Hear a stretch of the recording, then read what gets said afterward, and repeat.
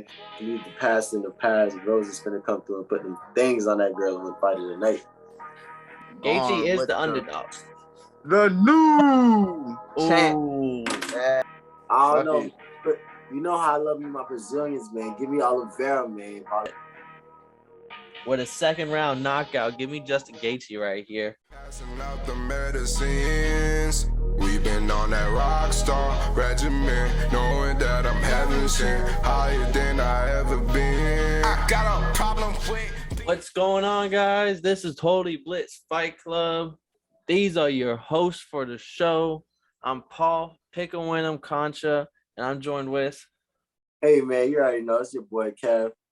Whoop that trick. Whoop that trick. Whoop that trick. So boy, you feel me, man? And we out here talking UFC 274. So I was actually explaining to somebody, right? They was like, what is 274 for? And I was like, I'm pretty sure it's the 274th pay-per-view event. And then I was like, there was a UFC one. And then I was trying to explain to them, but she didn't believe me. Like, I'm gonna show her this first clip. Paul, what the fuck happened to UFC one? UFC one, it was basically different, like real mixed martial arts. Like they got one sumo fighter, one kickboxer, one jiu-jitsu fighter, one boxer, and I can't remember the other ones. And they were just sumo versus boxing, and then jiu-jitsu versus kickboxing, and then you fought multiple people in the same day. You may fight three people in the same day. It's like a tournament style. Like you just show up, fight people, and the rules were different. They didn't know what was legal, what wasn't legal. They didn't know, there was no judging. It was just whenever someone loses, no time limit. So it was different times back then. It was wild. As far as that's fucking wild. And like, when did the Gracies get involved? The first one, he invented it. Like he wanted to show the world that jiu-jitsu was better than all the other stuff. So they basically were the people who funded it, put up the cash prize for whoever wins, because they knew that their son would win. And then they actually let their smaller son, because there's a couple of Gracies, some more big and buff, but they actually let their smaller one, Hogan Gracie, who was like 150 pounds, and he won it against 300-pound people. So it showed the world, like, hey, this guy's an average person, and he just beat up 300 musclehead-looking people. That fucking is, and the confidence to do that. Now, fast forward to UFC 274. How the fuck do these motherfuckers do it every fucking time? Like, I keep saying, like, that must be the best fight card I'll ever see. Like, I'm lucky. I definitely got to see two fight cards. Nope. This is my favorite fight card. This is the Arsenal fight card. Like every time. Like I don't even want to go look at the league board. They're just deep in talent, and they're only getting deeper with the more international it gets. Where you're getting people out of like Kazakhstan, and they're just phenomenal talents and stuff like that. That shit is fucking insane. I got respect for them boys. Shit, we got a real barn burner this weekend at Footprint Center, Phoenix, Arizona. We got some legends. Like, I think the best way to explain it, you got Ric Flair versus Hulk Hogan just 20, 30 years after their prime. And to open us up in the main card, Donald Cerrone, Cowboy, you remember him with the infamous, he fought Conor McGregor won, and versus Joe Lauzon, 37 years old. This is their retirement fight. They're both hanging up the gloves, calling it a career. If you don't know Cowboy Cerrone, most post-fight bonuses in UFC history with 18, tied for the most wins in UFC history with 23, second most finishes 16, third most fights with 37, and most knockdowns in UFC history. Yeah, he elite with his hands. He's just a little older now, so he's not the same on the feet like he once was, but he still got it. Did he hold a championship? Never held a championship, but he was always that fan favorite. Like he would drink beer and eat steak and just like kind of work on his farm and like be a man's man and never cut weight and just kind of would fight anybody, anywhere, at any time. Like, oh, 2-day notice, I don't care. While drinking a beer at the press conference and like, and always respectable though, never really talk crap. So like everyone liked him, everyone loved him. Very respectful guy. That's why Cowboy. I mean, it was just a cowboy. I respect it. I'm not gonna lie. He sounded like my type of dude. But tell me more about this liaison individual. Joe Lauzon, third most post-fight bonuses ever with 15. So we got Most, bag chasers in the yeah, some people that put on some wars and shows, and most sub of the nights. UFC history with 6. They stopped giving out submission of the night bonuses. So that should show you he has 6, and that goes. He's still fighting today, and that goes way back. They stopped giving them out in like 2007. Yeah, what happened? Motherfuckers, people stopped subbing. It didn't look good to Congress and stuff if you're awarding people for going unconscious. So they had to make performances of the night. So, you know, they had to just tweak it. There's little tweaks. But we're not getting prime Cowboy. We're not getting prime Lauzon. But the MMA community, I think everyone would agree with me. We're not going to be letting anyone talk shit or make fun of these two guys just because this is the retirement fight. And, like, you heard all them bonuses. Like, the amount of wars that these people had let their body go through and just to really let them meet in the ring, because like one fights at 170, the other one fights at 155. So Cowboy's cutting down to 155 for his retirement fight. So that is something to think about in this fight. His last fight ever, he's going to go to 155. Normally fights at 170. That's the reason why I'm going to take Lauzon, even though my heart rides with Cowboy, because of his badass, don't care attitude. Really like real Wild Wild West. You bring your gun to the fight, I'll bring my gun to the fight, and we'll see who wins. I respect that. I got to take Cowboy because he's cutting weight for a reason. You don't cut weight for fun. So, like. He did just open his own team and everything out in his ranch, the BMF ranch. Badass motherfucker ranch? Yep. Nice. Got some UFC talent, young talent on his roster too.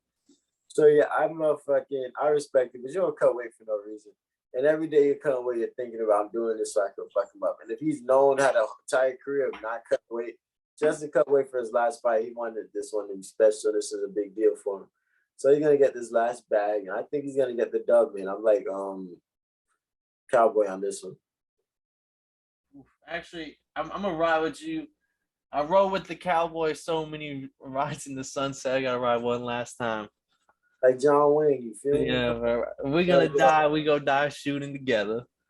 Nice. And then this next fight, I would hope it's another retirement fight, but they haven't came out and said that yet. You have OSP versus Hogan Rua. This is a fight that probably should have happened 15 to 10 years ago. Is this your first time seeing a Haitian UFC fighter, Kev? OSP, ça passait,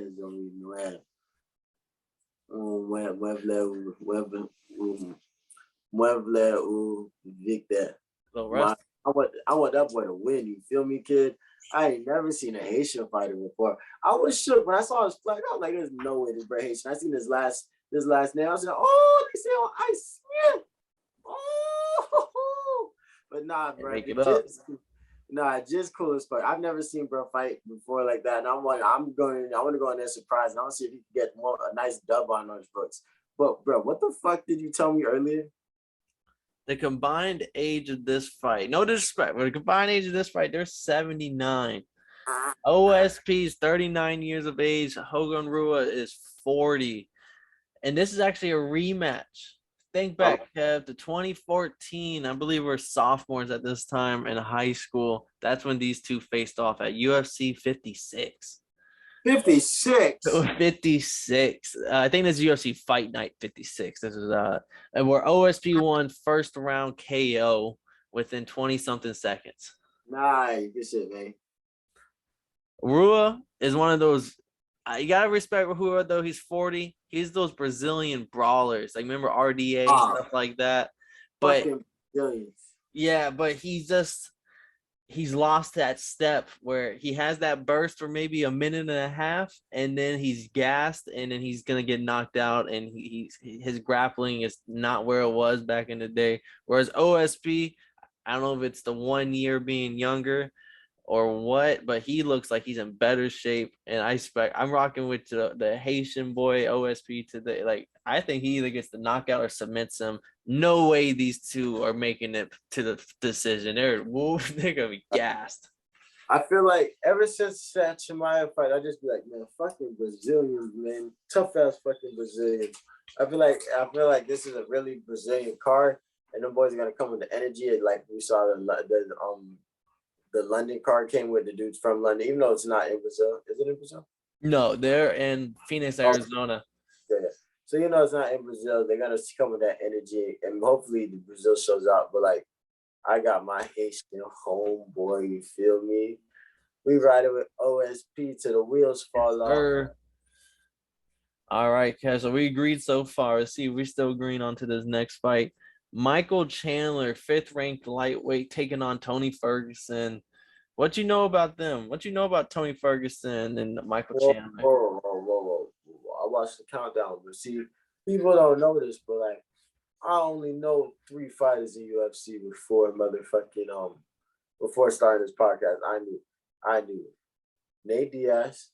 Okay. Conor McGregor. Okay. And Tony Ferguson. Okay. I've been keeping up with Tony Ferguson because there's this one time I happened to watch The Ultimate Fighter, and like it was a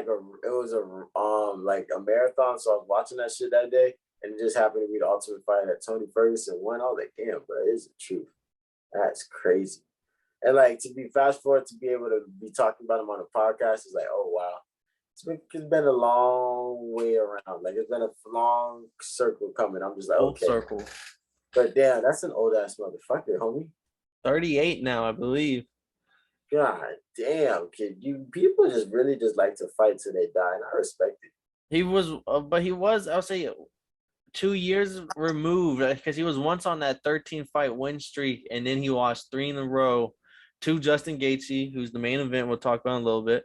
To Charles Oliveira, who's the title holder, who's fight top for a little bit, and Delanouche or Benil Delanouche, or however you say his name, who's another top 5 fighter. So is it just he's fighting great fighters and he's getting beat, or is it the age? Because he was on the 13 fights is a long win streak in the UFC. Like, there's only been, I think, one other fight streak longer than 13.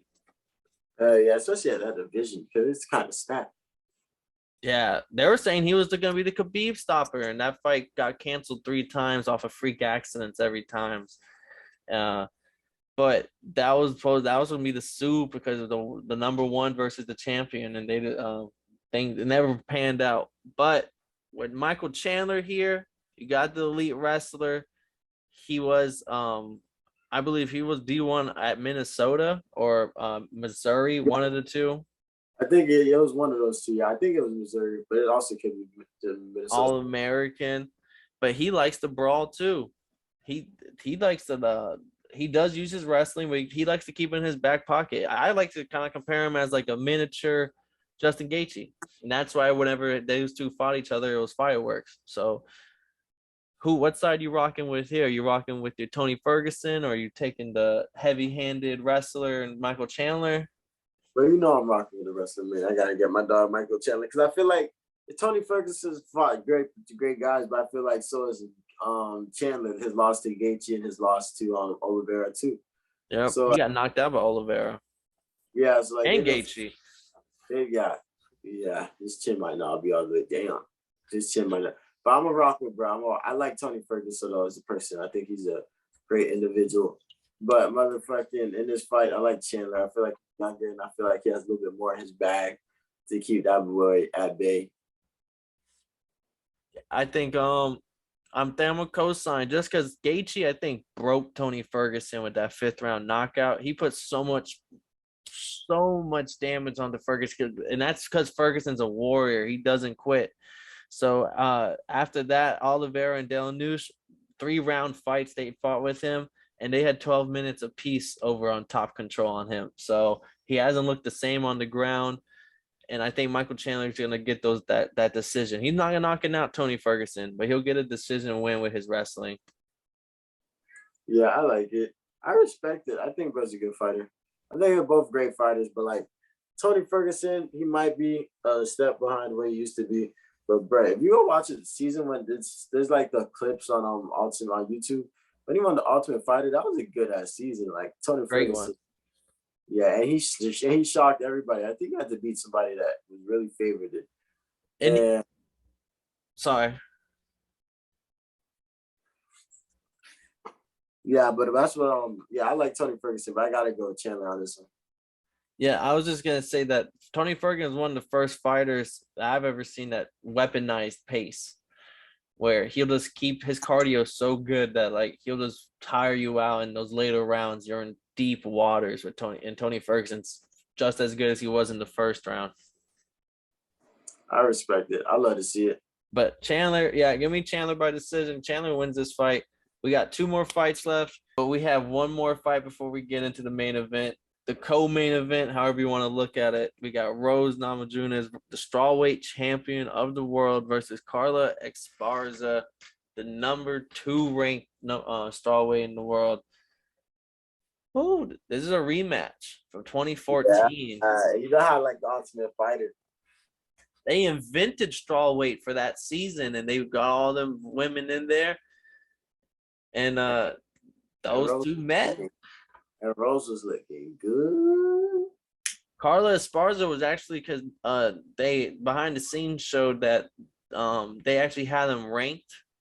Because it was a brand new division, so they had this already a pre-ranking of all the fighters, and that's and Carla Esparza was ranked number 1 strawweight in the world at the time, because she was the Invicta champ in 2014, coming from that promotion. And Rose was the 4th, but Rose kind of shocked everyone and went all the way up to the championship to fight Esparza. Esparza won, submitting Rose Namajunas, and was the first ever strawweight champion. And Rose says that she quit on that fight. She felt like she really just wasn't. She mentally took herself out of the fight because she came in too hyped and too cocky and too confident. And then she cut her hair. Needed that humble. Maybe not immediately after that, but when she cut her hair, like that's when you realize, like, dang, she don't give a fuck. She here beat your ass. She's here. She just birthed a champion when she cut that hair. Nah, for real. Like once you give up the looks, because she was fine. Once you give up the looks, the look and spit of stuff, I think that's crazy. But isn't their camp kind of nice? So they got Kamaru. Though who's in their camp? Usman, I believe, in the camp. And then Gaethje's in the camp too, right? Maybe, or no, is it Poirier? I'm not too sure. I'm not 100% sure on the camps for them. Nah, because Poirier's in the camp with Masvidal and them boys. Yeah, down in America's Top Team. Mm-hmm. So like, and they be taking L's. That be shit because they was upset when they was because their camp was on the other side of Poirier versus blah blah blah. Oh, Oliveira. Mm-hmm. But yeah, that camp is nice, nasty. Then they didn't Rose win female fighter of the year. Usman win male fighter of the year, and that coach win coach of the year. Yeah, Artie.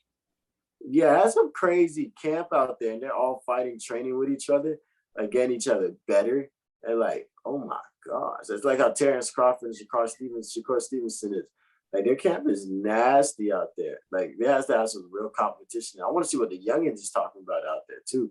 But like this is what makes this fight so interesting to me because I feel like these are two people with two strong stories of coming back and persevering. Because Esparza was the first one. Now she's coming back to get it back. But like Rose lost the first one, and like she's not giving that shit up for shit right now.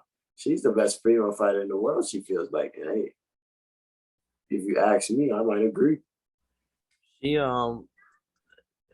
It's hard to grade this one because Rose is definitely the better striker. Her head kicks, her leg kicks, her straight shots. She even has like heavy hitting hands. Like she got Zhang Jali out there. But Carla Esparza has some wrestling. She's an elite wrestler, like probably the best wrestler in the class. But Rose is that classic BJJ versus wrestling, because Rose can submit you from the back. No, you don't want that. You don't want that. You don't want that matchup. It loses every time I hear. Very slept on because everyone knows Rose for that knockout and all her her great striking, but she has 3 submissions on her 6 finishes. So half the finishes are from submission. So does Esparza really want to use her wrestling? Is she able to grind out those 3-minute control time rounds and like edge out a decision win like wrestlers do? Or is Rose jiu-jitsu going to be good enough? Because I do think Esparza is going to get her to the ground, especially if Rose is winning those exchanges, which I think she will be. And I think the decision, the factor is Rose going to be able to submit her from her back or sweep her and get on top? And I think she can, because she goes for like arm bars, Kimuras from the back. So she does a whole bunch of sweeping motions while she's doing the submissions. And I like Carla Esparza, but Rose is Rose. Like, she's really is. She's only fought in literally the 3 other best women fighter in that division ever. And she's had to defend her belt multiple times against them over and over and over again. Did she lose it and get it back, or did she keep it since she got it? She got a draw and then beat Andre, and then Johanna, I can't say her last name. It's like one of those Polish ones. But Johanna, she lost it, rematched it, won it. And then Zhang Jiali, I think it was a draw, and she beat her. Oh, no, and Andre, the first one, she had to beat the champion and had to rematch the champion and beat her again. Nice. So she's beating literally the best of the best. 6 fights in a row almost. I like it. I think this might be one of the slept on fight of the nights. Like, this might be a really good candidate for that. Oof. That is a good candidate, because especially we'll see. I want to see how Tony Ferguson. My big one's Tony Ferguson. How Tony Ferguson gonna look? Are we gonna get the prime Tony Ferguson that's weaponizing pace, and not prime? I know he's 38, but just there's still good Tony Ferguson. Or are we or is he on a steep decline and it's not going to look like a good fight? Hey, do you see my shirt, man? I wore this for a reason, man. This is from the AAU National Championships at 2014, man.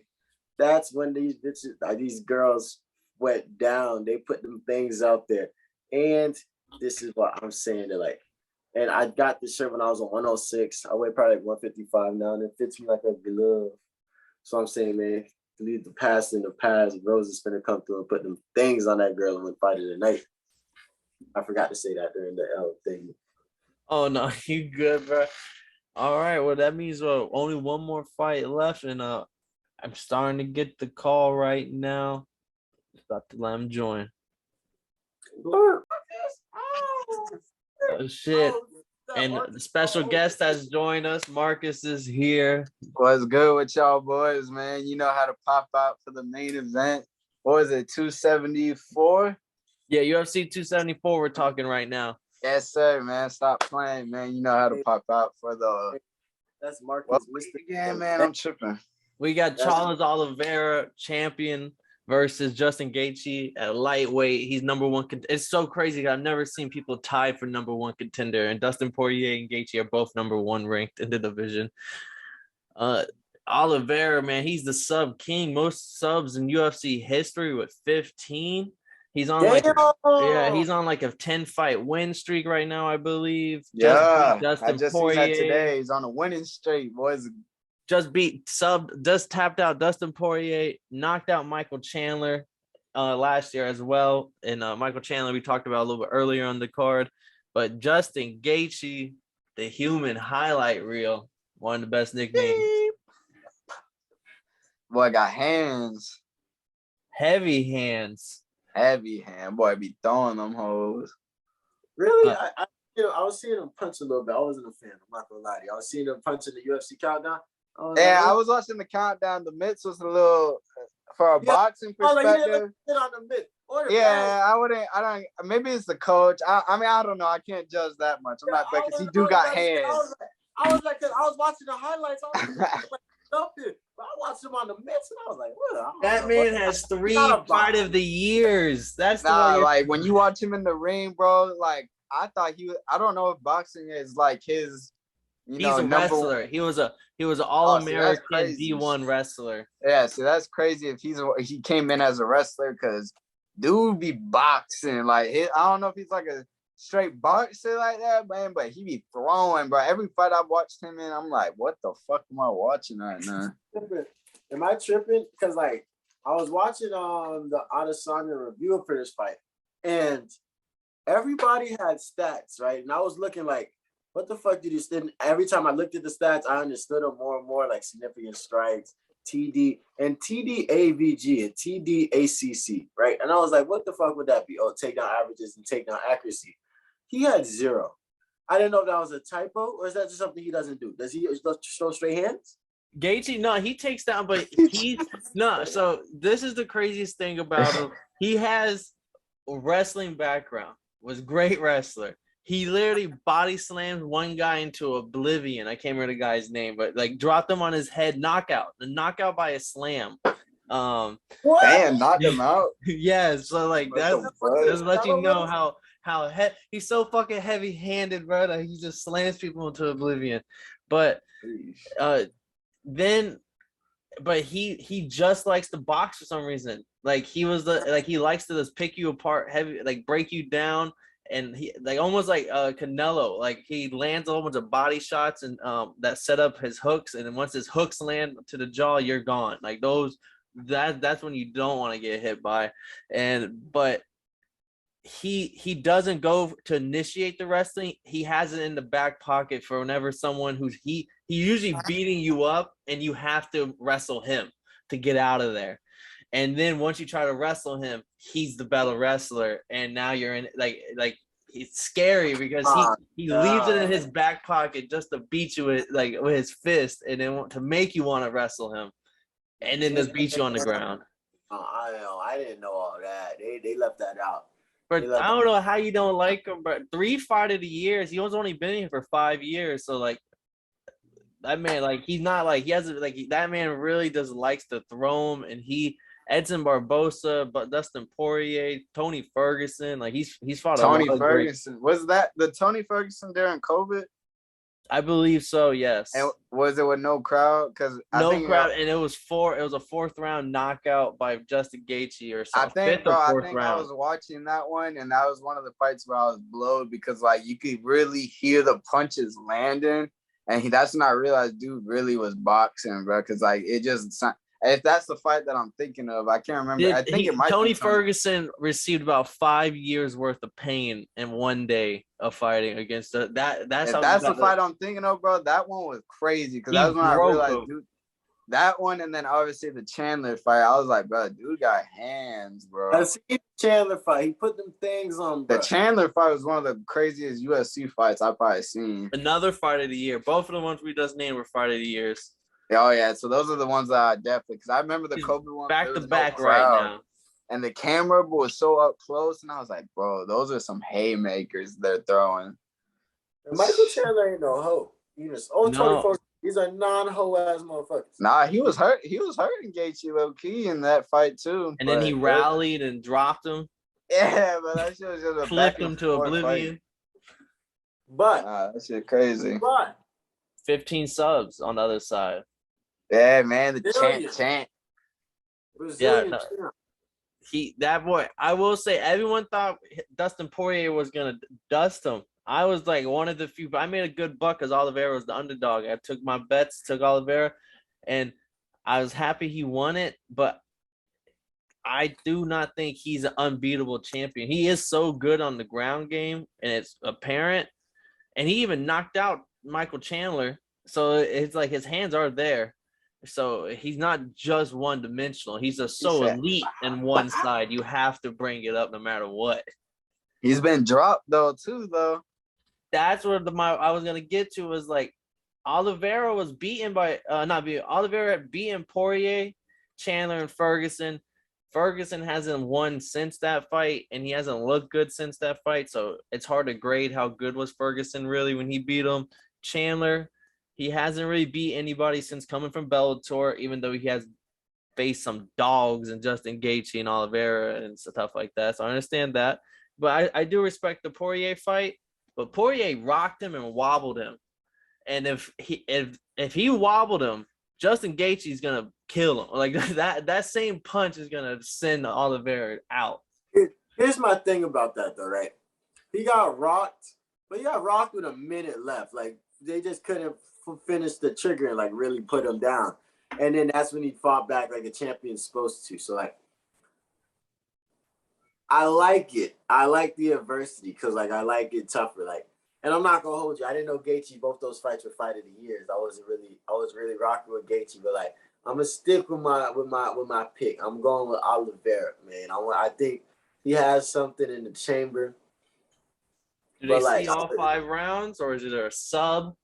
Is it TKO? I think if it goes 5 rounds, I don't know if I think Gaethje might be maybe able to hit a little harder later in the fight.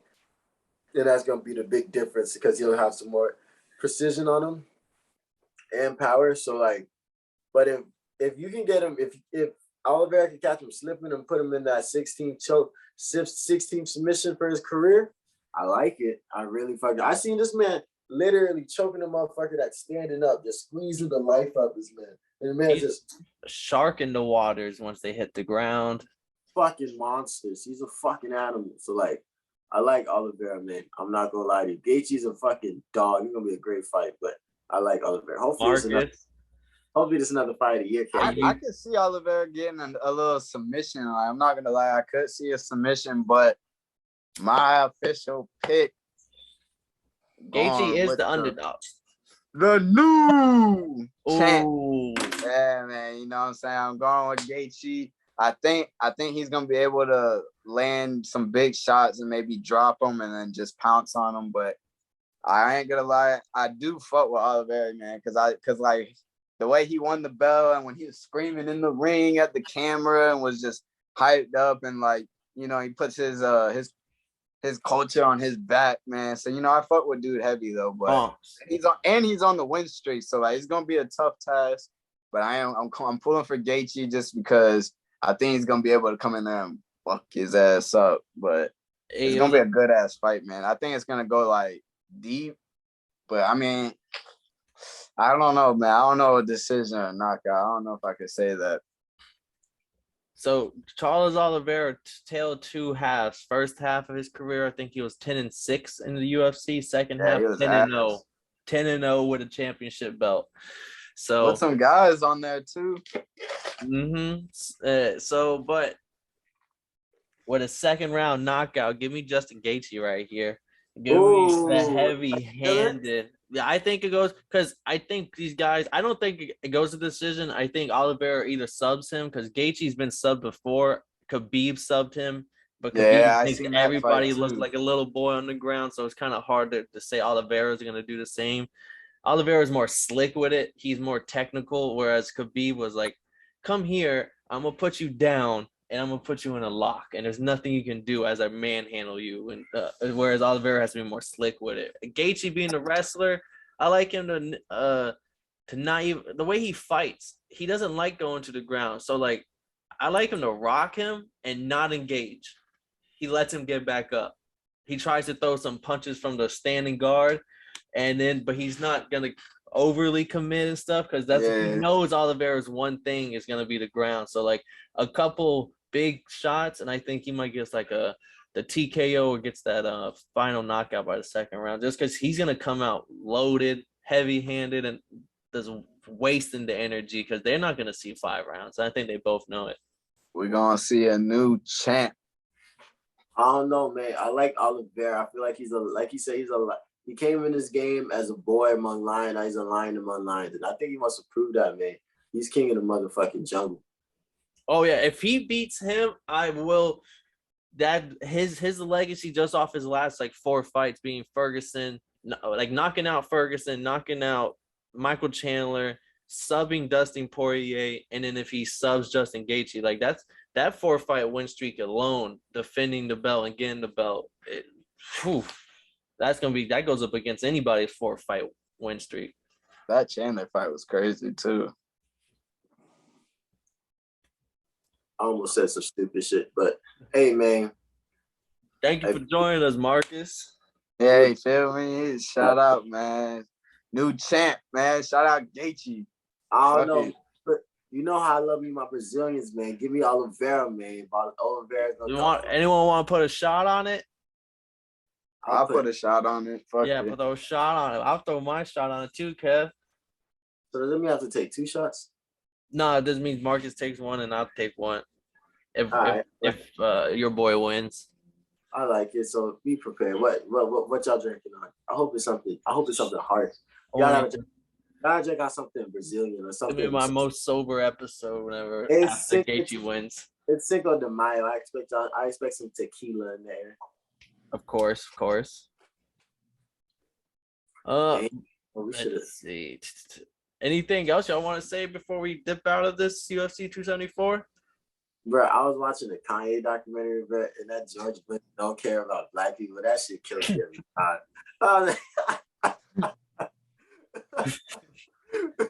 Like, hey, man, fuck it.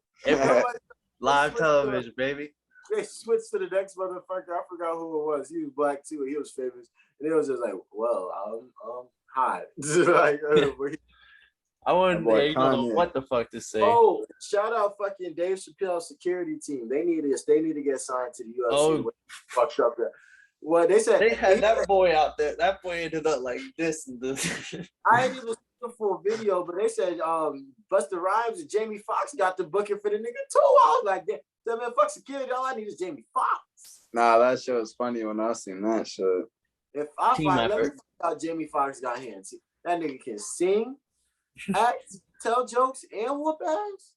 You know. And he beat Spider-Man. Ooh. Killed his girl. He did that. He did kill his girl. Fuck wrong with him. Yeah, man. Hey, man, we doing all types of fading out here, man. But this been a totally different podcast. I'm faded as fuck. If you not faded, go find a fade, motherfucking, and tell your barber I said, what's the fade? And it's been totally blitz, you bitch. Problem with being problematic. Get the light beam on me ready for electrostatic. Don't you step into this box if you're not batting.